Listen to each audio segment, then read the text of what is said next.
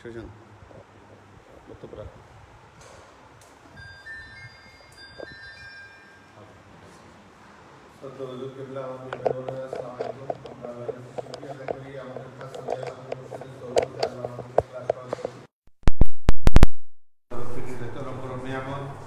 আমরা উন্নত অবস্থায় আল্লাহর কাছে যেন যেতে পারি। আল্লাহর কাছে খাস দেওয়া চাই, হুজুরের কাছে খাস দেওয়া চাই, আল্লাহর কাছে রহমত কামনা করি। হুজুরের পারিবারিক গুরুস্থানে একটা বিশেষ অভিজ্ঞতা হইল।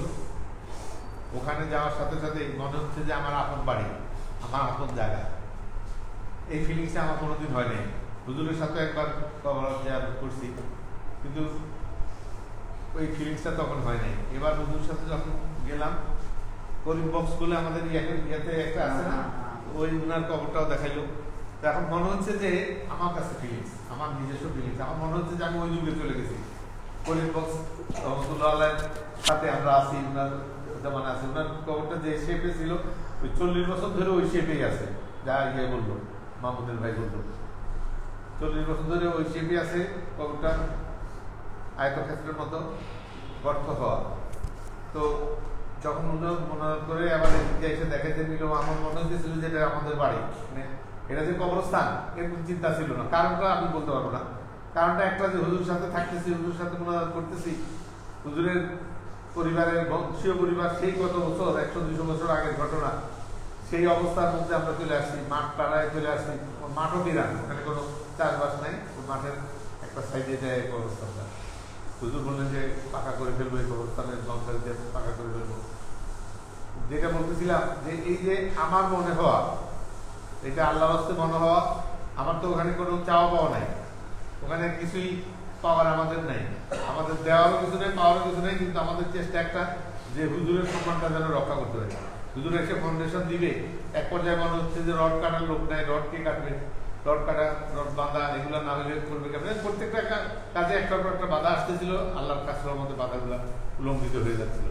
এবং ওরা যেখানে চেষ্টা করছিল যে প্রত্যেকটা ক্ষেত্রে, প্রত্যেকটা সাপ্লাইতে তারা কিছু পেমেন্টের ব্যবস্থা নিয়ে, তারা কিছু নিজেরা পার্সোনাল গেইন হবে বা পার্সোনাল গেইন করবে, এরকম চিন্তা ভাবনা করতেছে, এরকম চিন্তা ভাবনা তাদের মাথার মধ্যে। আল্লাহ দয়া, আল্লাহ দয়া, আল্লাহ রহমত। আমরা চেষ্টা করতেছিলাম একটাই, যেখানে যে কতটুকু সেভিংস, যে কতটুকু বাঁচানো যাবে, আল্লাহ রাস্তায় মসজিদে খরচ হবে। ইব্রাহিম চলে গেল রডের ক্লোজে, আর বাসায় আসলো না। আপনারা কষ্ট করে যতটুকু বাঁচাচ্ছেন, এটা তো দানও হচ্ছে আপনাদের। আমরা বলছি যে আমাদের এলাকার, আপনি তো জানেন না এলাকার পরিস্থিতি, এলাকার মানুষের হক আছে। চিন্তা করছেন মানুষের মন মানসিকতা কোথায় গেছে। একটা মসজিদের কাজ হচ্ছে, এই মসজিদের কাছ থেকে ফিটিং খাওয়া, এটা হচ্ছে মানুষের হক। আমি যে খোয়ার গাড়ি রেডি করছি মসজিদে যাবো, তারা নিষেধ করে দিচ্ছে। আমরা কোথায় আছি? কঠিন অবস্থা, মানে অনেক কঠিন ব্যারিকেড দিচ্ছে তারা, মানে কল্পনা করা যাবে না। একটার পর একটা হতাশা করে গেছে। আমরা রাস্তার মধ্যে নেমেই আমরা গাড়ি নষ্ট হয়ে গেছে, চাক্কা নষ্ট হয়ে গেছে, সেখানে আমরা ধরে চাক্কা জ্যাক লাগাই আমরা ঠিক করতেছি। মানুষ জড়ো হয়ে গেছে, মানে আমাদের চেহারা শুধু দেখলেই বুঝে যায় এটা রংপুরের লোক না। কি হিসেবে কি হেল্প করতে আসছে, না কোনো হেল্প করা লাগবে না। আমরা উসকে ধরে রাখছি, আমাদের চাক্কাটা বাইক করে নতুন চাক্কা ঢুকায় লাগাইলো। আবার এতক্ষণ ধরে রাখবো আমরা ভয় পাইতেছিলাম, কতক্ষণ ধরে ফট করে ছেড়ে দিয়ে ও বুদ্ধি করে পুরান চাক্কাটা দিয়ে জগ বানাই দিল, পুরান চাক্কাদের উপরে রেখে তখন আমরা ছেড়ে দিলাম। তো ওইখানে একটা গাড়ি আসলো, ইট ভাঙানো গাড়ি। ইব্রাহিম দৌড় দিয়ে থামাইলো, আমি পিছু গেলাম। তো বললাম যে ভাই কত করে? 600 টাকা। যেখানে 1000 টাকা অলরেডি ইব্রাহিমের কাছে বানা দিয়ে রাখছে। 6000 টাকা রাস্তার মধ্যে আমরা রাজি করে ফেললাম। কার্ড দিয়ে দিল, আমরা বললাম যে কার্ডে তোমাদেরকে লিঙ্ক দিব পাঠানপাড়া গ্রামের মধ্যে। এরকম প্রত্যেকটা ক্ষেত্রে। তারপরে যা আসার পথেই ইট ভাটা দেখে ইব্রাহিম থামা ফেলছে, ভাই ইটটা দেখে আসি কত করে দাম চাই। ঠিক আছে, দেখে আসি। তখন আমরা যাবো, নাস্তা টাস্তা করবো, ফ্রেশ হবো, বাসায় যাবো, ফ্রি হবো, এরকম একটা চিন্তা ভাবনা মেন্টালিটি মাথার মধ্যে। কিন্তু ইব্রাহিম দাঁড়া করায় ওই ইটের আলাপ আলোচনা করে আসে, ইট ভাটাগুলো দেখে ঠিকঠাক করে ফেললো ইনশাল্লাহ। এবার প্রত্যেকটা কাজে আঞ্জাম হয়ে গেছে, একটাই কারণ হুজুরের নেক্সট হওয়া। আর আমাদের চিন্তা একটাই ছিল, হুজুর আসবেন, হুজুর যেন যেই উদ্দেশ্য আদর্শ নিয়ে এখানে আসতেছেন সেটা যেন ফুলফিল করতে পারে। আমাদের আশাটা নিয়ে সার্থক হবে, নাহলে আমাদের আশাটা সার্থক হবে না। তো এই চিন্তা ভাবনা করছি, একটাই কারণ যে মনু হুজুরকে আমরা নিজ হাতে গড়া মসজিদ, এটা সেই মসজিদের ইটও পাইছি আমরা। যখন গর্ত করে উঠেছি তখন নিচের থেকে সলিড ওই ইটগুলোও পাইছি। তো যেটা বলতেছিলাম যে হুজুরের গ্রামের বাড়িতে এইরকম মসজিদ হওয়া এটা একটা বিপ্লব। কারণ ওরা সম্পূর্ণভাবে হতাশ এবং নিরাশ হয়ে আছে যে আমাদের বর্তমান হুজুর কেবলা মাহফিলের মধ্যে বলে দিয়ে আসেন যে এখানে মসজিদ করবো, আমি মসজিদ হবে ইনশাল্লাহ। তো সেটার পরে বছর বছর চলে যাচ্ছে, এই বছর হয় সেই বছর হয়, করতে করতে দেখা যায় যে হচ্ছে না। কারণ তাদের মধ্যে একটা নিরাশ ভাব এসে গেছে। ইব্রাহিমের সাথে কয়েক মুরব্বী বলছে হবে না, এরকম দেখছি বারবারে আসে, তোর জোর হয়, তারপরে হয়, তারপরে আর কিছু হয় না, গাছ কাটা ঘুষ কাটা এগুলোই হবে, তারপরে আর কাজ হবে না। আল্লাহ কাজ সহমত হুজুর দেখেন, হুজুর তো চিনে, আসেন এদিকে আসেন, আপনি দেন। ওই মুরব্বী শ্রেণী যারা আছে তাদেরকে দিয়ে মাল ঢালাইছে কোন দিতে করে করে। এবারে তারা হ্যাপি, খুশি, আল্লাহর কাজ রহমত, আল্লাহর কাজ দয়া। তো ওরা তো এই যে হুজুর যেটা বললেন, ওরা তো এটাকে একটা আর্নিং সোর্স চিন্তা করতেছে। আর আমরা তো আর্নিং সোর্সের প্রশ্নে উঠে না। আমরা ওখানে কিভাবে হুজুরকে এস্টাবলিশ করা যায়, হুজুরের সম্মান, মান, ইজ্জত বুলন্দ হয়, সেই চেষ্টাটা করে গেছি আমরা। প্রত্যেক মেহমানদের কাছে পরিচয় খালি একটাই দিয়েছি যে আমরা হুজুরের মুরিদ, ঢাকা থেকে আসছি, আমরা মসজিদটা করার জন্য আসছি, এখানে ফাউন্ডেশন দেওয়ার জন্য। আল্লাহর খাস রহমত, আল্লাহর খাস দয়া, এটা যে আল্লাহর খাস দরবার, এটা যে আল্লাহর খাস একটা মোহাম্মদিয়া দরবার শরীফ, তার প্রমাণ ইনশাল্লাহ আমরা প্রত্যেকটা ক্ষেত্রে ক্ষেত্রে পাচ্ছি ইনশাল্লাহ। হুজুরও কি সুন্দরভাবে ওদেরকে জানা দিল। ওরা তো সবাই বসে কো না কে ভাই, তুমি কো না, তুমি কো, এই তোমার কিছু বলা থাকলে বলো। মানে আসলে সবাই প্রোগ্রাম করে আসে বলবে, ওয়াকফ হয় না কেন? হুজুর এত সুন্দর সলিউশন দিলেন যে এটা ওয়াকফ শর্ত না, মসজিদের সাথে আম, যেন আম জনগণ যেন নামাজ পড়তে আসতে পারে, মসজিদকে ব্যবহার করতে পারে, সুযোগ সুবিধা পায়, সেইটা এস্টাবলিশ করার নাম হইল মসজিদ তৈরি করা। না, এটা মাসলাটা আসলে আপনাদেরও জানা দরকার। এটা মসজিদ হওয়ার জন্য শর্ত হচ্ছে এজনে আম। এজনে আম মানে কি? বিয়ের সময় এজেন আনে না, অর্থাৎ আম জনতার স্বীকৃতি যে এটা মসজিদ। যেই জায়গার উপরে আম জনতার স্বীকৃতি দিয়ে দিবে এটা মসজিদ, সেটা মসজিদ হিসাবে প্রতিষ্ঠিত হবে। আচ্ছা, এখন যারা এটার পিছে লাগছেন, ওয়াকফের পিছে লাগছেন, কাল কিয়ামত পর্যন্ত এই ওয়াকফের তো দলিল আপনারা আনতে পারবেন না। কেন আনতে পারবেন না? আল্লাহর মসজিদ, আল্লাহর নবী যখন মসজিদে নববী করলেন, মসজিদে তাকওয়া করলেন, কি কোনোটা ওয়াকফ হয়েছিল তখন? ওয়াকফের শর্ত আপনি আনবেন কেমনে? ওয়াকফের কোনো শর্ত আনতে পারবেন না আপনি। এজনে আম হয়েছে এটার উপরে।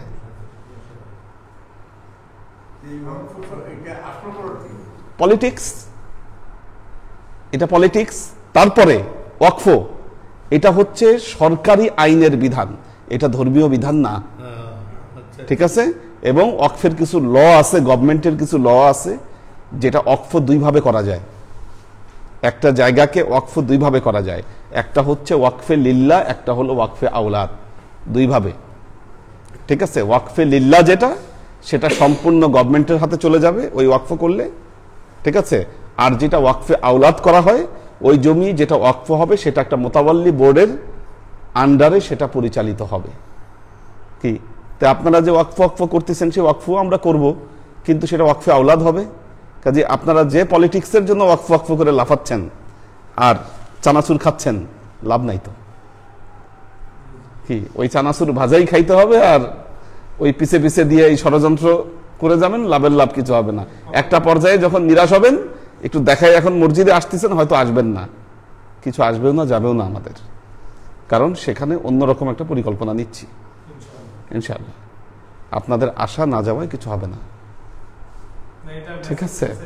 হ্যাঁ, প্রথমবার দুপুরবেলা আমি খাওয়া করতে জানতাম, জি, খাওয়া দাওয়া, তারপরে যে আসছে, যে আসছে আব্দুল্লাহ ভাই আসছে, তোমার সাথে আরো মুরব্বী কয়েকজন আসছে, কথাবার্তা হয়েছে। আমরা আমিনুল সেই বলতেছে, মানুষে বলে অক্ষরের কথা, সেই উঠেছে আর কি খাওয়ার পরে। এখন তুমি কি বলো? কিন্তু আমাদের আত্মীয়, মসজিদ কেবলার আত্মীয়, তোমার কি মনে হয়? তখন বলছি যে এইসব কথা বললে লাভ নাই, হুজুর যা বিচার করবেন তাই, অক্ষরের কোনো কথা বললে লাভ নেই। আর কোনো কমিটিও নেই, আপনারা শুনে রাখেন। সাজানো বলছি, সাধারণ ছিল কোনো কমিটি নেই। হুজুর যার দায়িত্ব দিবেন তিনি মসজিদ পালন করবেন। আপনারা যদি কেউ না আসেন, ইনশাল্লাহ কিছু যায় আসা। গুড, চুপ করে জি, আগে খাওয়াই নিয়েছি, জি, খাওয়াই কথা বলতে হবে, খাওয়াই নিয়ে দুপুরে খাওয়ানোর সুযোগে তারা মনে করছে যে রেগুলার দুপুরেই খাওয়াবে। তো আসলে কয়েক দুপুর খাইলে টাইলে তো আমি দেখলাম যে হইলে তো আমাদের অবস্থা খারাপ। তা আমাদের হুজুরকে জন্য কিছু তরকারি টরকারি রেডি করে রাখছি, মাছ রেডি করে রাখছি, এগুলো সব ধ্বংস হয়ে যাচ্ছে। তো পরে আমি একদিন বললাম যে 5 জনের জন্য চাইল দিছে মাত্র 1 কেজি, এত বেশি চাইলে দিচ্ছে কেন? আমরা তো 5 জন মাত্র, 5 জনে আমরা 5-6 টাকা চাইলে তো খাই না। 5 জনের জন্য এর বেশি না, আর 5 টুকরা মাছ লো, এর বেশি মাছ নিবে না, এর বেশি লোক পাবা কোথায়? 5 জনের জন্য খাওয়া রান্না করতেছে এসে, ওরা কিন্তু এসে বসে আছে যারা দুপুরে চিকেন খাওয়াইছে। তো বসে টসে আমি এই দিক থেকে বলতেছি, আর কাজের বুয়া তো হুজুরের বাসায় কাজের বুয়া ছিল সাজিয়ার মা, তারা নিছি। তো স্যার বলে টেলে দিলাম, এই যে কিছুক্ষণ পরে দেখি যে উঠে চলে যাচ্ছে যে 5 জনের খাওয়া, তাইলে আর আমরা থেকে লাভ নেই। আমি দেখলাম যে এইভাবে যদি অ্যারেঞ্জমেন্ট করে, হুজুর আসবেন, আম্মাজান আসবেন, মা আসবেন, তখন এরা এসে এখানে খাওয়ার জন্য এস্টাবলিশ হয়ে যাবে, বসে যাবে, যে তাদের হক। কারণ তারা এখান থেকে মসজিদ থেকে নেওয়া ব্যাপারেই বলতেছে এটা আমাদের হক, এখানে কিছু পয়সা পাবো, আমি এটা সাপ্লাই দিব, আমি ওইটা সাপ্লাই দিব, ওগুলো। তারপর গাছের ব্যাপারে হুজুর কানে কানে জিজ্ঞাসা করলাম, হুজুর কিছু ছাড়তেন, আল্লাহ করতেছে। গাছের জন্য অস্থির হয়ে গেছে, গাছ আমরা লাগাইছি, আদি দিলেও তো আমরা ভাগ পাইতাম, এরকম কথা আসলে আমার কাছে। এই গাছটা যদি আদি লাগাইতাম অর্ধেক ভাগ আমি পাইতাম, তো কেন আমি পাবো না? যাই হোক, প্রত্যেকটা ক্ষেত্রে এটা স্বাভাবিক, খুব স্বাভাবিক। তাদের কাছে আগলানো সম্পত্তিটা তারা ইচ্ছা যথেচ্ছ ব্যবহার করছে, সেইটা যদি এখন তারা ভোগ করতে না পারে, ভোগ করতে তাদের কষ্ট, তখন তাদের খুব খারাপ লাগবেই, তারা তত মশলা খুঁজবে না। কিন্তু আল্লাহর খাস রহমতে আমরা কিভাবে চলি, আমাদের ওলি আল্লাহ হাজি মুর্শিদের নির্দেশ, এটা হলো আমাদের চলার পথের প্রথম সঙ্গী। আর হুজুর যেই নির্দেশ দিলেন, যেভাবে নির্দেশ দিতে আসছেন আমাদেরকে, আমরা সেই নির্দেশ পরিপালন করার জন্য চেষ্টা করতেছি। সেখানে আমার ব্যক্তিগত কোনো চাহিদা, ভোগ বিলাস, খাওয়া দাওয়া, ঘুম, আরাম, এগুলো কোনো ব্যাপারই আমাদের যেন না থাকে আমাদের মন। এইটা আমাদের মাথার মধ্যে ছিল যে আমরা আসছি হুজুরকে এখানে এস্টাবলিশ করতে। সেখানে এসে যদি আমরা ঘুমাই আর কাজের রেজাল্ট না দিতে পারি, তাহলে তো হুজুরই নিজে লজ্জা পাবেন যে এটা কাদেরকে পাঠাই। তো আল্লাহর খাস দয়া, আল্লাহর খাস রহমত, আমাদের চেষ্টা খুবই ক্ষুদ্র নগণ্য চেষ্টা, কিন্তু আল্লাহর দয়া, আল্লাহ কবুল করছেন বলেই আল্লাহ আমাদেরকে এই পর্যায়ে করে নিয়ে আসছেন। এবং ইনশাআল্লাহ হুজুরের কাছে খাস দোয়া চাই, আল্লাহর কাছে খাস রহমত কামনা করি, অতি অল্প সময় যেন আমরা ছাত্রী যায় মসজিদের একটা শেপ দেওয়া, এখন যেন হুজুর দিয়ে নামাজ শুরু করায় আমরা দরবারের সাথে সংশ্লিষ্ট করায় ফেলতে পারি। হুজুরের কাছে খাস দোয়া চাই, আল্লাহর কাছে খাস রহমত কামনা করি, বলি আল্লাহ হাজি মুর্শিদের খেদমত এবং দরবার খেদমত করতে করতে মুসলমান সকল করি দোয়া চাই। এবং ওখানে ইমাম হিসাবে যাকে নিয়োগ দিবেন তার সাথে শর্ত করে দিতে হবে, ইমামতি করবে এবং সপ্তাহে একদিন ক্লাস ওখানে আমাদের এখান থেকে আমরা কানেক্টেড করে ক্লাস কিভাবে পরিচালনা করা যায় ওখানে, এটা করতে হবে। ঠিক আছে। আলহামদুলিল্লাহ আলহামদুলিল্লাহি নাহমাদুহু ওয়া নাস্তাঈনুহু ওয়া নাস্তাগফিরুহু ওয়া নু'মিনু বিহি ওয়া নাতাওয়াক্কালু আলাইহি ওয়া নাউযু বিল্লাহি মিন শুরুরি আনফুসিনা ওয়া মিন সাইয়্যাতি আ'মালিনা মান ইয়াহদিল্লাহু ফাহুয়াল মুহতাদি ওয়া মান ইউদ্লিল ফালান তাজিদা লাহু ওয়ালিয়্যাম মুরশিদা ফানাশহাদু আল্লা ইলাহা ইল্লাল্লাহু ওয়াহদাহু লা শারীকা লাহু ওয়া নাশহাদু আন্না সাইয়্যিদানা ওয়া সানাদানা ওয়া নাবিয়ানা মুহাম্মাদান সাল্লাল্লাহু আলাইহি ওয়া সাল্লাম আল্লাযী আরসালাহু আল্লাহু বিল হাক্কি বাশীরান ওয়া নাযীরা ওয়া দা'iয়ান ইলাল্লাহি বিইযনিহি ওয়া সিরাজাম মুনীরা। وقال الله تعالى في كلامه المجيد وفرقانه الحميد ما كان محمد أبا أحد من رجالكم ولكن رسول الله وخاتم النبيين وكان الله بكل شيء عليما إن الله وملائكته يصلون على النبي يا أيها الذين آمنوا صلوا عليه وسلموا تسليما صلى الله على محمد صلى الله عليه وسلم صلى الله على محمد صلى الله عليه وسلم صلى الله على محمد صلى الله عليه وسلم বিসমিল্লাহির রহমানির রহিম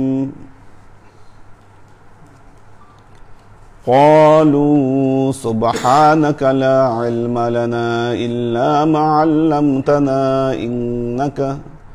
إنك أنت العليم الحكيم قال يا آدم أنبئهم بأسمائهم فلما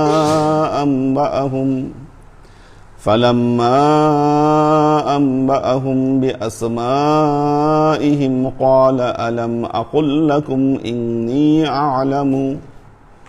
إني أعلم غيب السماوات والأرض وأعلم ما تبدون وما كنتم تكتمون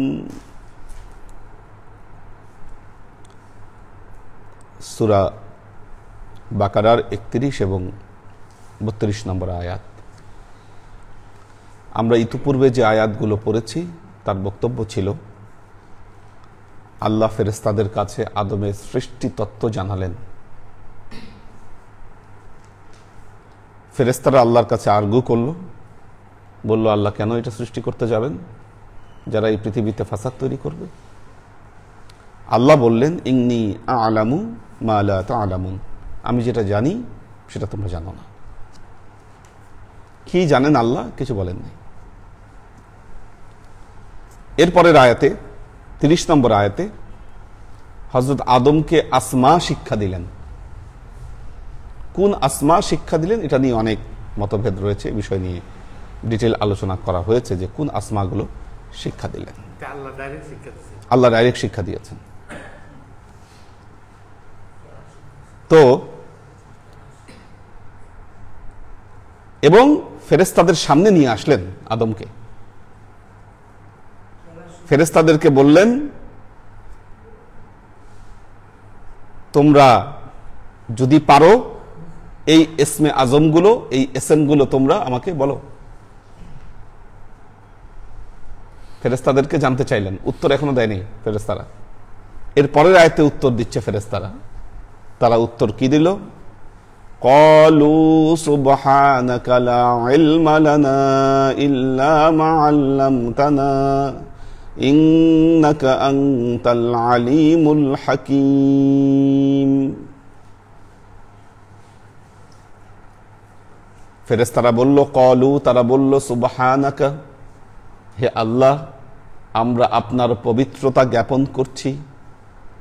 লা ইলমা লানা ইল্লা মা আল্লামতানা, আমাদের কোনো এলেম নাই যা আমাদেরকে শিক্ষা দিয়েছেন তার বাহিরে। ইন্নাকা আনতাল আলিমুল হাকীম, নিশ্চয়ই আপনি মহাজ্ঞানী এবং মহাপ্রজ্ঞাময়। আপনার দেয়া জ্ঞান এর বাহিরে আমাদের আর কিচ্ছু নেই। ফেরেশতারা সারেন্ডার করলেন। এখানে একটা বিষয় খুব গুরুত্বপূর্ণ। পবিত্র কোরআনে ফেরেশতাদের নির্দিষ্ট কিছু আমলের কথা বলা আছে। ফেরেশতারা কি আমল করে দেখুন। যখন আল্লাহ আদমকে সৃষ্টির কথা বললেন, ফেরেশতারা কি বলল? নাহানু নুসাব্বিহু বিহামদিকা ওয়া নুকাদ্দিসু লাকা। নাহনু নুসাব্বিহু বিহামদিকা, আমরা আপনার প্রশংসার তাসবিহ পাঠ করছি। ওয়া নুকাদ্দিসু লাকা, আপনার পবিত্রতা জ্ঞাপন করছি। এই আমল। এখানে যখন আল্লাহ তাদেরকে প্রশ্ন করলেন, এই ওই এসএম গুলা বলো তো, উত্তর কি? সুবহানাকা লা ইলমা লানা ইল্লা মা আল্লামতানা। সুবহানাকা, এই শব্দ বলেই চুপ, এর বাইরে শিখে নাই কিছু। সূরা জুমারের মধ্যে আসছে ওয়া তারাল মালাইকাতা হাফিনা মিন হাউলিল আরশি ইউসাব্বিহুনা বিহামদি রাব্বিহিম। বলছে কাল কিয়ামতের ময়দানে দেখবেন আল্লাহর আরশের চারিদিক ঘুরে ফেরেশতারা ঘুরছে আর কি করছে? আল্লাহর তাসবিহ পাঠ করছে। ফেরেশতাদের আরেকটি কি আমল? ইন্নাল্লাহা ওয়া মালাইকাতাহু ইউসাল্লুনা আলান নবী। ফেরেশতারা আরেক কি আমল পারে? নবীর উপর দরুদ পেশ করতে পারে। এই নির্দিষ্ট কিছু আমলের বাইরে ফেরেশতাদের কোনো আমল নাই। সিম্পল একটা জিনিস, পবিত্র কোরআনে কোথাও ফেরেশতারা আল্লাহকে বলে নাই রব্বে গফিরলি, আল্লাহ আপনি আমাকে মাফ করে দেন। কি এখানে যে শব্দগুলো আল্লাহ বলেছেন, নাহানু নুসাব্বিহু বিহামদিকা ওয়া নুকাদ্দিসু লাকা, এখানে বলতে পারতেন ওয়া নাস্তাগফিরুকা। কি বলতে পারতেন তো? আমরা আপনার কাছে ক্ষমা প্রার্থনা করছি। বোঝা গেল ফেরেশতারা ইস্তেগফারও করতে পারে না। কি ইস্তেগফার শিখায় নাই আল্লাহ তাদেরকে। কেন? কারণ পাপবোধ, পাপের অনুভূতি, এই অনুভূতি তো ফেরেশতাদের নাই। ফেরেশতাদের নফস নাই। আল্লাহ তাকে যে শুধু আদেশ করে, শুধু এটাই পালন করে। দেখেন, আল্লাহ পুরা সৃষ্টি জগৎকে সৃষ্টি করেছেন তার মনোরঞ্জনের জন্য। কি অমা খলাকতুল জিন্না ওয়াল ইনসা ইল্লা লিয়াবুদুন, আমি পুরো মানব এবং জিন জাতি সৃষ্টি করেছি কেন? লিয়াবুদুন, আমার ইবাদতের জন্য, বন্দেগীর জন্য। তার ইবাদত করলে, বন্দেগী করলে লাভটা কোথায়? নিশ্চয়ই আল্লাহ মজা পায়। কি আল্লাহ মজা পায় বলেই তো সৃষ্টি করছে। এখন ফেরেশতাদের ভেতরে আল্লাহ এমন সফটওয়্যার দিছে, কি খালি তাসবিহ তাহলিল, আল্লাহর প্রশংসা ছাড়া আর কিচ্ছু করতে পারে না। কিন্তু মানুষকে আল্লাহ এমন প্রযুক্তি দিয়ে তৈরি করছে, কি এই মানুষ আল্লাহর বিরুদ্ধাচরণও করে, তার নাফরমানিও করে, আবার তার কাছে এসে কান্নাকাটি করে, আবার তার কাছে এসে মাপ চায়। কি এটাই আল্লাহর ভাল লাগে, এটা আল্লাহ পছন্দ করে। সূরা নাসর, ইজা জাআ নাসরুল্লাহি ওয়াল ফাতহ, এটি আল্লাহর নবীর উপর অবতীর্ণ সর্বশেষ পূর্ণাঙ্গ সূরা। তার মানে কি এই সূরা নাজিল হবার বহু আগে আল্লাহ তার নবীর পূর্বাপর সমস্ত গুনাহকে মাফ করে দিয়েছেন। গুনাহকে মাফ করে দিয়েছে আল্লাহ। সূরা নাসরে আল্লাহ তার নবীকে বলছেন ফাসাব্বিহ বিহামদি রাব্বিকা ওয়াস্তাগফিরহু, আপনি আল্লাহর নামের হামদনাত জ্ঞাপন করেন, আর কি করেন? আস্তাগফিরহু, আপনি তার কাছে ক্ষমা প্রার্থনা করেন। যে নবীর কোনো পাপই নাই, তিনি ক্ষমা প্রার্থনা কেন করবেন? কি কেন করবেন? কারণ ইস্তেগফার এমন এক প্রিয় আমল, যে আমল মানুষের মর্যাদাকে বৃদ্ধি করে দেয়, মানুষের মর্যাদাকে বৃদ্ধি করে দেয় আমল। এই জন্য আল্লাহ তার নবীকে বলতেছেন। দেখবেন পবিত্র কোরআনে জান্নাতি বান্দাদের যে বর্ণনা দেওয়া হয়েছে, জান্নাতে যারা যাবে, জান্নাতি বাসীরা, ইয়াউমা তারাল মুমিনিনা ওয়াল মুমিনাত নূরুহুম ইয়াসআ বাইনা আইদিহিম ওয়া বিআইমানিহিম ওয়া ইয়াকুলুনা রাব্বানা আতমিম লানা নূরানা ওয়াগফির লানা। জান্নাতি বান্দাদের ব্যাপারে আল্লাহ বলছে নূরুহুম ইয়াসআ বাইনা আইদিহিম ওয়া বিআইমানিহিম, কাল কিয়ামতের ময়দানে এদের ডান দিকে বাম দিকে নূর চমকাবে, আর এই সমস্ত বান্দারা আল্লাহর কাছে হাত তুলে বলবে রব্বানা আতমিম লানা নূরানা ওয়াগফির লানা, আল্লাহ আপনি আমাদের নূরকে পরিপূর্ণ করে দেন, ওয়াগফির লানা আমাদেরকে মাফ করে দেন।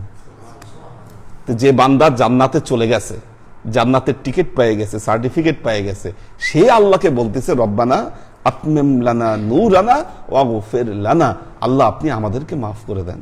কি ইস্তেগফার? এখন ফেরেশতারা এত আমল করে, এত ইস্তেগফারই করে না। ফেরেশতারা 24 ঘন্টা আল্লাহর তাসবিহ তাহলিলে ব্যস্ত থাকে, আল্লাহর কোনো নাফরমানি করে না। মানুষ বনি আদম 24 ঘন্টা আল্লাহর ইতাআতে লিপ্ত থাকতে পারে না, তার নাফরমানি করে। কি তারপরেও বনি আদম হচ্ছে আশরাফুল মাখলুকাত।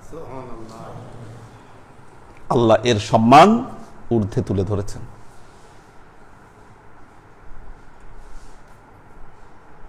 কেন?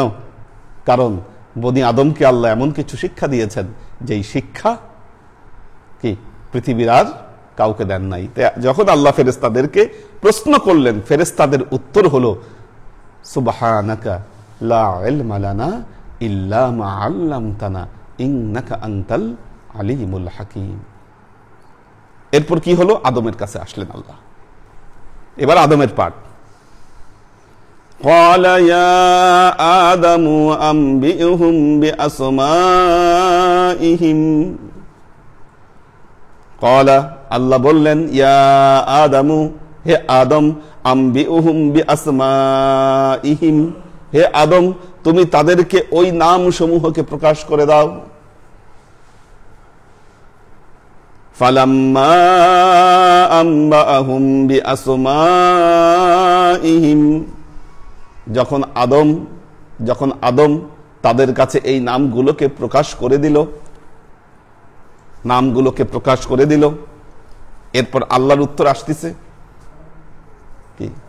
তাফসিরে কুরতুবির মধ্যে বলা হচ্ছে, দেখেন এখানে কতগুলো জিনিস, 4-5টা মাসালা এখান থেকে বের হয়ে আসে। এক হচ্ছে আল্লাহ বললেন নামগুলো বলো, নামগুলো প্রকাশ করো। আদম প্রকাশ করল। তাফসিরে কুরতুবিতে বলা হচ্ছে এখানে একটা মেটাফো করেছেন আল্লাহ, কেনায়া মেটাফো। এই আম্বিহুম বিআসমাইহিম এর দ্বারা আল্লাহ আদমকে জিকিরের নির্দেশ দিলেন।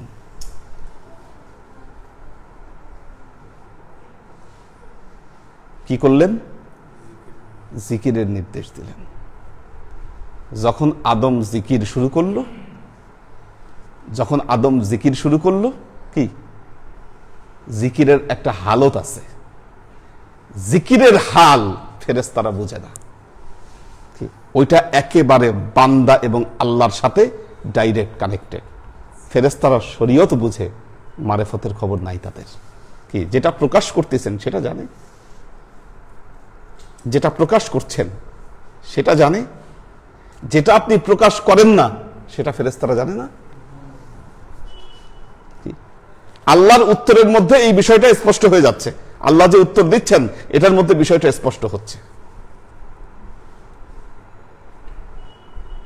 যা বান্দা প্রকাশ করছে সেটা শরীয়ত হয়ে যাচ্ছে, সবাই সাক্ষী থাকছে, কি ফেরেশতারাও সাক্ষী থাকছে, শরীয়তের সাক্ষী ফেরেশতারা দিতে পারছে। কি কিন্তু অন্তরের যে জিকির, এটার যে হালত, এটার যে হাল, এর সাক্ষী ফেরেশতারা দিতে পারে না।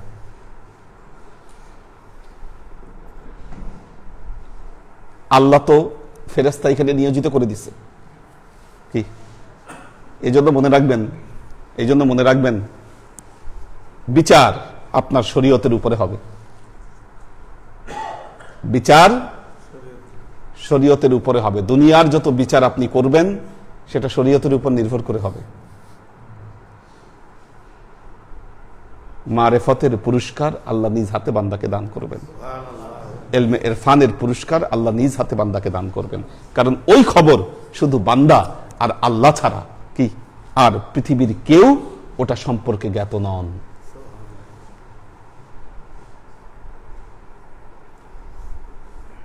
আল্লাহ ফেরেশতা নিয়োজিত করে রেখেছেন। আপনার মুখ দিয়ে যত কথা বের হচ্ছে ফেরেশতা সেটা রেকর্ড করছেন। মজার ব্যাপার, রাকিবুন আতীক কোরআনে বলা হচ্ছে। আল্লাহ একজন অতন্দ্র প্রহরী মানুষের পেছনে আল্লাহ সেট করে দিয়েছে। মুখ দিয়ে যা বলছে সব রেকর্ডেড হচ্ছে। অন্তরে যেটা হচ্ছে এটা কিন্তু আর রেকর্ড হচ্ছে না। কি ওইটার রেকর্ড নাই? ওইটার রেকর্ড কার কাছে? স্বয়ং আল্লাহর কাছে। স্বয়ং আল্লাহর কাছে। ইন্নাস সামআ ওয়াল বাসারা ওয়াল ফুআদা কুল্লুন উলাইকা আনহু মাসউলা। আল্লাহ বলছেন তোমার ফুয়াদ, তোমার অন্তঃকরণ, তোমার চক্ষু, এগুলোকে আমি কাল কিয়ামতের ময়দানে জিজ্ঞাসা করব।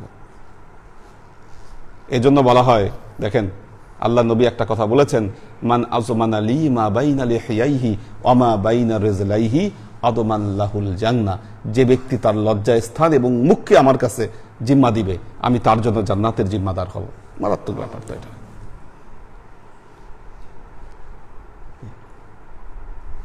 আপনি অন্তরে একটা কথা রেখে বাইরে একটা কথা প্রকাশ করছেন, কি দেখবেন নামাজে দাঁড়াইলে হয়তো আপনার অনেক খারাপ কথা মনে আসতেছে, কি আল্লাহর প্রতি নাফরমানির কথা আপনার কি মনের মধ্যে আসতেছে। কে দিচ্ছে এটা? শয়তান দিচ্ছে। ওটার জন্য আপনার বিচার হবে না। ওয়ালাইকুম আসসালাম। ওটার জন্য আপনার বিচার হবে না। কিন্তু মুখ দিয়ে যেটা প্রকাশ হয়ে গেছে, কি সেটার জন্য ছাড় নাই, মাফ নাই। আপনি একটা অন্যায় করেছেন গোপনে, কি সেটার খবর কারো কাছে নাই, ওইটা আল্লাহ দেখবে, আল্লাহ কি করবে, কি কিন্তু যেটা মানুষ জেনে গেছে, কি যেটা মানুষ জেনে গেছে, ওইটা আর ওই অবস্থায় থাকবে না, ওইটার ওই অবস্থা থাকবে না, ওইটার বিচার হবে, বিচার হবে সেটার। কাজেই ঠিক তেমনি আপনার অন্তরের তসবিহ তাহালিল যা কিছু আছে, এই যে আল্লাহর জিকির, দেখবেন একটা কথা আল্লাহ উম্মতে মুহাম্মাদীকে বলছেন, ফাযকুরুনি আযকুরকুম ওয়াশকুরুলি ওয়ালা তাকফুরুন। সরাসরি ডাইরেক্ট আল্লাহর জিকির, কি এটা নবীরা পারত, আর উম্মতে মুহাম্মাদীকে আল্লাহ এই শ্রেষ্ঠত্ব দান করেছেন। কেন? কারণ দেখবেন যে বনি ইসরাইলদের ক্ষেত্রে আল্লাহ পবিত্র কোরআনের দেখেন যত আয়াতগুলো আছে, আল্লাহ বলতেছেন, ইয়া বনি ইসরাঈল আযকুরু নি'মাতি আল্লাতী আন'আমতু আলাইকুম ওয়া আন্নী ফাদ্দালতুকুম আলাল আলামিন।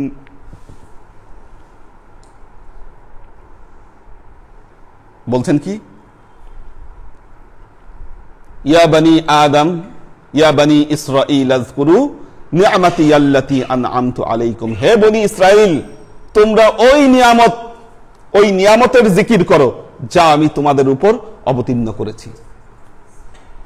অর্থাৎ সরাসরি আল্লাহর জিকির না, তোমরা আল্লাহ যে নিয়ামতগুলো দিয়েছে এই নিয়ামতের জিকিরের মাধ্যমে আমি আল্লাহকে স্মরণ করো। ডাইরেক্ট হবে না। উম্মতে মুহাম্মাদের ক্ষেত্রে আল্লাহ এসে বললেন, ফাযকুরুনি আযকুরকুম ওয়াশকুরুলি ওয়ালা তাকফুরুন। হে বান্দা, তুমি আমাকে স্মরণ করো, কি হবে? আযকুরকুম, আমি আল্লাহ তোমাকে স্মরণ করব। ওয়াশকুরুলি, এই নিয়ামতের শুকরিয়া আদায় করো। ওয়ালা তাকফুরুন, তোমরা এর কুফরি করিও না।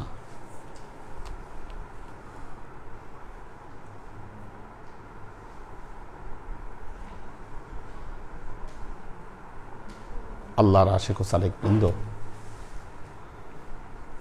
বুঝতে হবে কি শ্রেষ্ঠত্ব আল্লাহ দিয়েছেন বান্দাকে। এখন দ্বিতীয় মাসালা, আমরা কি পেলাম? ফেরেশতাদের চেয়ে বনি আদম উত্তম। তাই বলে কি সব বনি আদম উত্তম ফেরেশতার চেয়ে? এটা বলতে পারবেন? পয়েন্টে আসেন। যে কোনো বনি আদম ফেরেশতার চেয়ে উত্তম? আল্লাহ তো এই বনি আদমকে কোরআনে বলেছেন, উলাইকা কাল আনআম বাল হুম আদাল্লু। এই বনি আদমের মধ্যে কিছু কিছু আছে চতুষ্পদ জন্তুর মতো, বাল হুম আদাল্লু। আল্লাহ বলছেন না, এর চাইতেও খারাপ আছে। তাহলে যেই বনি আদম কাল আনআম চতুষ্পদ জন্তুর মতো, এই বনি আদম তো ফেরেশতাদের চেয়ে উত্তম নয়। তাহলে এখন আপনি মাসলাটা কিভাবে বের করবেন? কি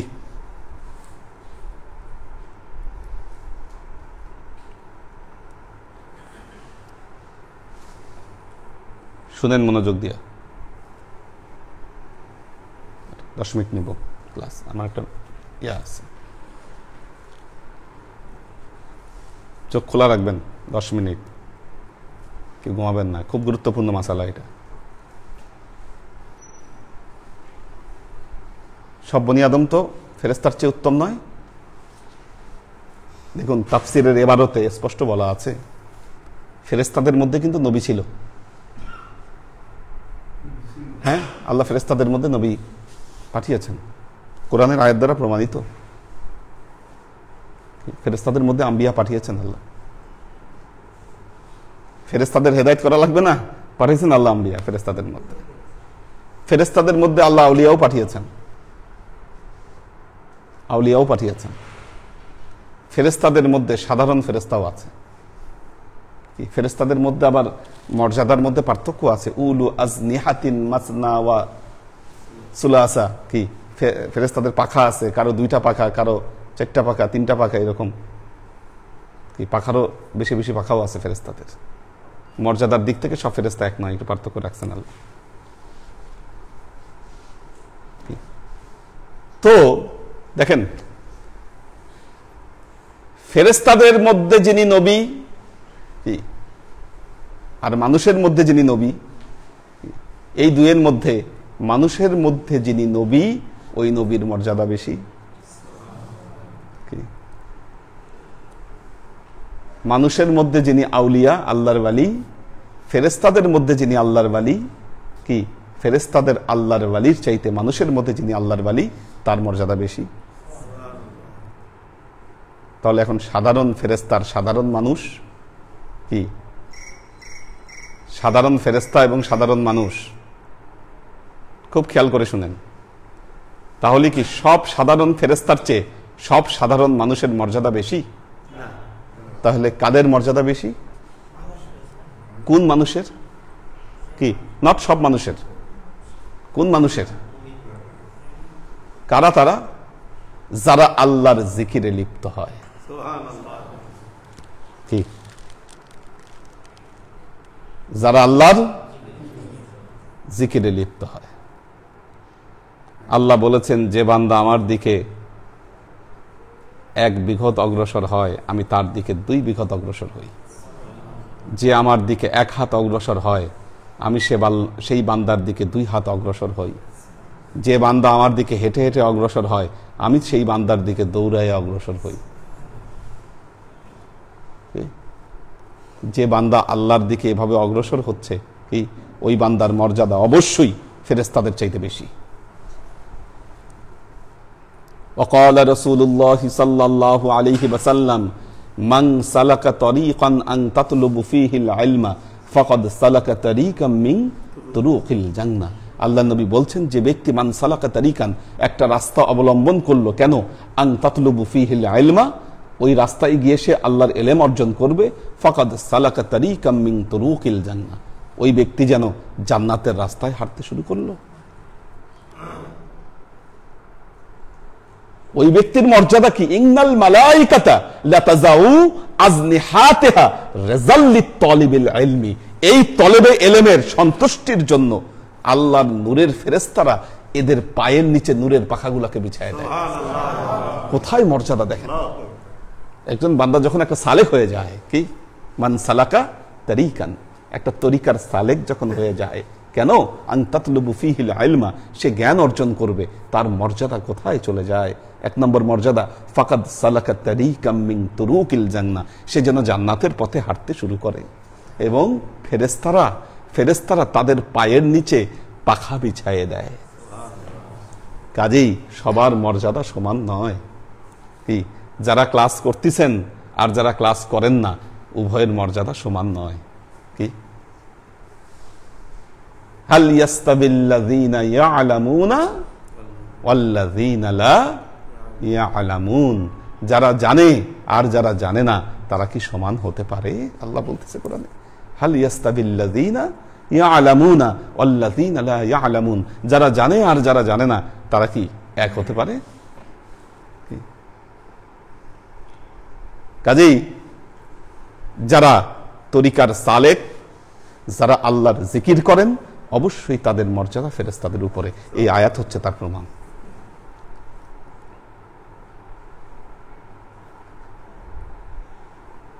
তাহলে যারা অনলাইনে ক্লাস করতেছেন তাদের চাইতে যারা এখানে উপস্থিত হচ্ছেন, কি তাদের মর্যাদা বেশি? কারণ উপস্থিত হতে কতটা ফেরেশতার পাখা পাড়ায় আপনি এখানে উপস্থিত হয়েছেন, কি বলেন? কয়টা ফেরেশতার পাখার উপর পা দিয়া আপনি এখানে আসছেন, হিসাব আছে আপনার? তাহলে যারা বাসায় বসে আছেন তাদের তার পায়ের নিচে ফেরেশতার তার পাখা বিছায় নাই, হয়তো যখন ক্লাস করতেছেন তখন হয়তো পাখা বিছায় রাখতেও পারে, তখন রহমতের চাদর দিয়ে রেখে রাখবে। তো এই জন্য উপস্থিত হয়ে যারা ক্লাস করছেন সেটার মর্যাদা বেশি, আমাদের বুঝতে হবে। যত চমৎকার মাসালা চিন্তা করে দেখেন, কোরআনের প্রতিটা আয়াতে বের হয়ে আসে। আল্লাহর আশিক ও সালেক বৃন্দ, দেখি কারা কারা ছিল। আজকে একটু সংক্ষেপেই নিলাম, দেশের পরিস্থিতি একটু গরম।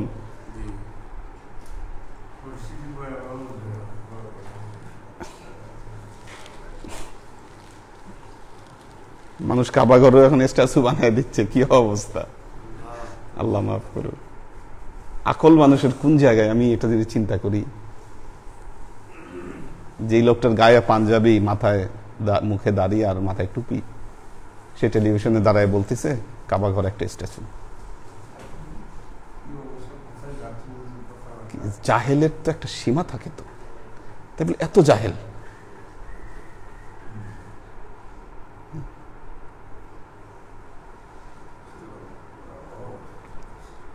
আমির হোসেন আছেন, মোহাম্মদ আজাদ,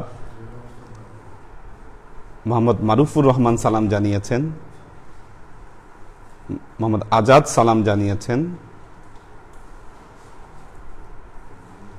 আমিনুল ইসলাম বাপ্পি, আসসালামু আলাইকুম হুজুর, অফিসের কাজে এখন অফিসেই আছি, অনলাইনে ক্লাস দেখলাম, দোয়া করবেন। ফি আমানিল্লাহ, দোয়া রইল। তিশা তৌফিকা, ওমর শরীফ আছেন, সালাম জানিয়েছেন। পাখির ভেজ সালাম জানিয়েছেন। রাবেয়া ওমর আছেন, মাকসুদ ওমর, হুজুর আসসালামু আলাইকুম, আম্মাজান পীরমা পীর ভাইদের সালাম জানাবেন। ওয়াসিম খান ইতালি থেকে আছেন। আব্দুল হাফিজ তিনি আছেন। আনোয়ারা শরীফ সালাম জানিয়েছেন। তাসনিয়া মুস্তাজির, সালাম হুজুর কেবলা। মেয়েদের দরবারের সাউন্ড খুব কম পাওয়া যাচ্ছে, মনে হয় সাউন্ড সিস্টেমের কি হইল কি? আচ্ছা আচ্ছা, আজকেও যাবে? আচ্ছা আসুক, টাকা কিন্তু আমার কাছে রেডি আছে, যে কোনো মুহূর্তে বললেই দিয়ে দিব। আচ্ছা, টাকা পয়সা বেশি দিন রাখাও তো সমস্যা, ঠিক আছে। মোহাম্মদ আজিজুল হাকিম সালাম জানিয়েছেন। আবরার শাহরিয়ার সালাম জানিয়েছেন। আমরিন শরীফ সবাইকে সালাম জানিয়েছেন। রাবেয়া ওমর দোয়া চেয়েছেন। কবির হোসেন সালাম জানিয়েছেন। আমাদের আলী আকবর ভাই আছেন, দোয়া চেয়েছেন আলী আকবর ভাই। আব্দুস সাত্তার ভাই আছেন। আমির হোসেন ভাই সালাম জানিয়েছেন। সৈয়দ তাওহিদুল ইসলাম সালাম জানিয়েছেন। মাকসুদ ওমর, হুজুর একটা প্রশ্ন, কন্যা সন্তান জন্ম নেওয়ার পর পুরুষ মানুষ যেমন বাবা, নানা, দাদা এনার কানের সামনে আজান দিতে পারেন, আজান দিতে পারে না, এই কথা কি ঠিক? কোত্থেকে এগুলা কথাবার্তা, কে কোত্থেকে বলে? বুঝছেন না? পারবে না কেন? মানুষ বুঝে না বুঝে অনেক কথা বলে। বাবা, নানা, দাদা সালাম দিতে পারবে না তো কে দিতে পারবে আজান?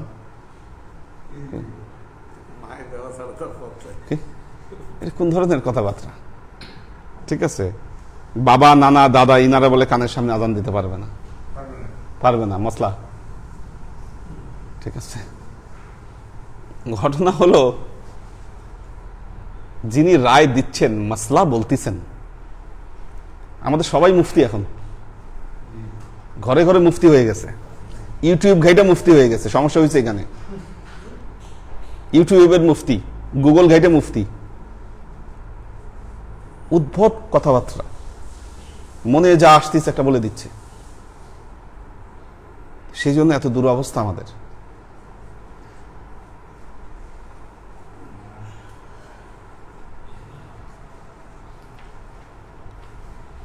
আমাদের আব্দুল সাত্তার ভাই বলেছেন, হুজুর সালাম জানাবেন, আমি পরিবার সহ বাড়িতে এসেছি, আমি ইনশাল্লাহ আগামী সপ্তাহে ঢাকায় আসবো, আমাদের জন্য দোয়া করবেন, ফি আমানিল্লাহ, আল্লাহ রহম করুক। লুনা তাবাসসুম লুবনা দোয়া চেয়েছেন। সুমাইয়া নুহিন দিশা, সৈয়দ তাওহিদুল ইসলাম। আচ্ছা হুজুর, কোরআন শরীফের সঠিক অনুবাদ তাফসির কোন লেখকে পাবো? হুজুর আপনার দরবারে কি পাওয়া যাবে? না, সৈয়দ তাওহিদুল ইসলাম, আসলে বিষয়টা হচ্ছে দেখুন,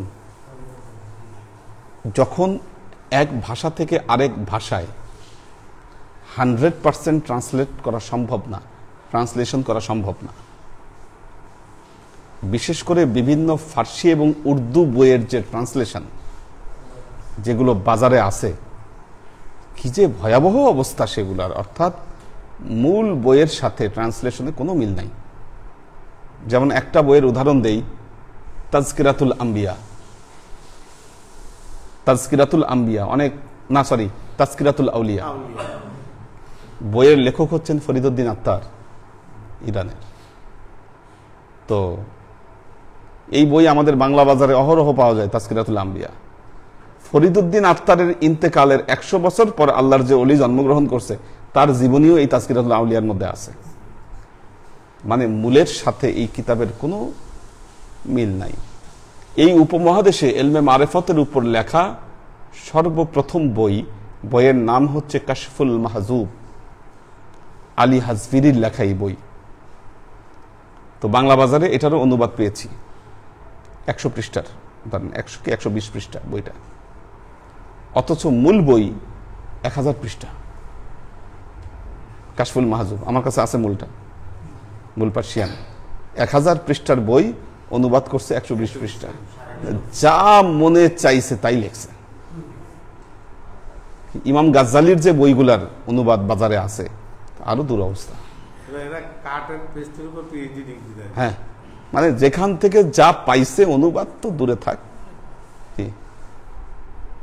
মূল বইয়ের জায়গায়, অনুবাদের জায়গায়, ঠিক আছে। তো কোরআনের যে বাংলা অনুবাদগুলো, একটার সাথে আরেকটার খুব বেশি পার্থক্য নাই, কি কাট পেস্টই বেশি। এজন্য আপনি যদি কোরআনকে সঠিকভাবে বুঝতে চান, আরবি ভাষা আপনাকে শিখতে হবে, এটাকে প্র্যাকটিস করতে হবে, চর্চা করতে হবে, নাহলে আপনি বুঝবেন না কি বক্তব্য দিতে চেয়েছে আসলে এখানে। এটা বাংলা অনুবাদ দিয়ে পসিবল নয়।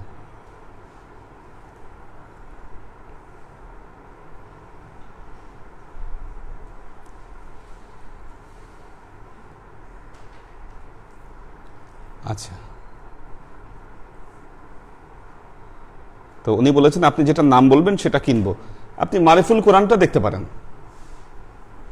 মুফতি মোহাম্মদ শফির লেখা, মূল অনুবাদ হয়েছে যেহেতু সৌদি আরব থেকে, অনুবাদটা এটা অথেন্টিক অনুবাদ ধরা যায়। আচ্ছা, কবির হোসেন সালাম জানিয়েছেন, আল্লাহ সবাইকে কবুল করুন, রহম করুন।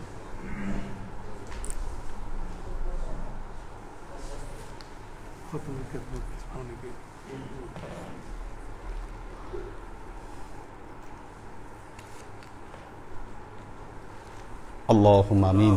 اللهم صل على محمد وعلى آل محمد كما صليت على إبراهيم وعلى آل إبراهيم إنك حميد مجيد. اللهم بارك على محمد وعلى آل محمد كما باركت على إبراهيم وعلى آل إبراهيم إنك حميد مجيد. ربنا ظلمنا أنفسنا وإن لم تغفر لنا وترحمنا لنكونن من الخاسرين. ربنا تقبل منا إنك أنت السميع العليم وتب علينا إنك أنت التواب الرحيم. ربنا لا تزغ قلوبنا بعد إذ هديتنا وهب لنا من لدنك رحمة إنك أنت الوهاب. اللهم إنك عفو تحب العفو فاعف عني يا غفور الرحيم الودود. اللهم نور قلوبنا بنور الإيمان ونور قلوبنا بنور الإسلام ونور قلوبنا بنور الإحسان وزين أخلاقنا بنور محمد صلى الله عليه وسلم اللهم إنا نسألك علما نافعا رزقا واسعا عملا مقبولا شفاء من كل داء قلبا خاشعا ذهنا ذاكرا إيمانا كاملا توبة قبل الموت راحة عند الموت ونجاة بعد الموت اللهم إنا نسألك رحمتك في كل درجة فلاح في كل أمر ونعوذ بك من الشرك والشك والنفاق والبدعة ومن كل وسوسة الشيطان يا الله ইয়া রহমান ইয়া মালিক, আমরা এতক্ষণ তোমার দরবারে যে সমস্ত আমলকে উপস্থাপন করলাম ত্রুটিমুক্তভাবে, এই আমলগুলোকে তুমি আমাদের তরফ থেকে কবুল করে নাও। তুমি আমলের যা আমাদের প্রিয় নবী হযরত মুহাম্মদ মুস্তাফা সাল্লাল্লাহু আলাইহি ওয়াসাল্লামের কাছে পৌঁছে দাও। আল্লাহ, আমাদের নবীর পরিবারবর্গের কাছে তুমি এর চাচাকে পৌঁছে দাও।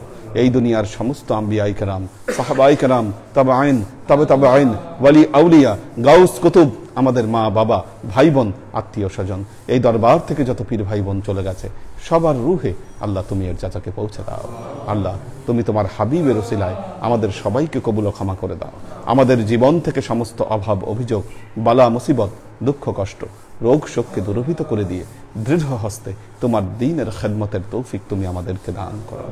আজীবন যেন তোমার হেদায়েতের পথে প্রতিষ্ঠিত থাকতে পারি সে তৌফিক তুমি আমাদেরকে দান করো।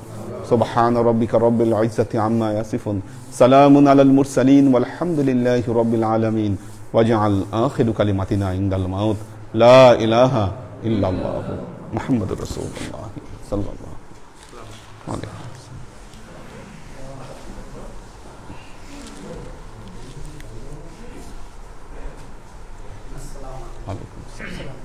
ওয়ালাইকুম আসসালাম।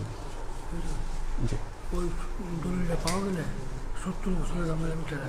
আল্লাহ কবুল করুক। তো তুইলা আবার কেমনে হারাইলেন? আচ্ছা, আল্লাহ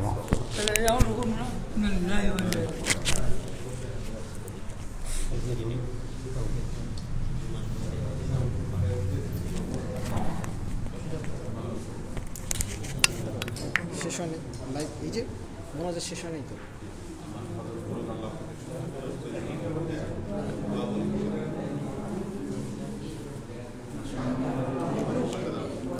লাইভ কাটেনি, মোনাজাত শেষ হয়নি।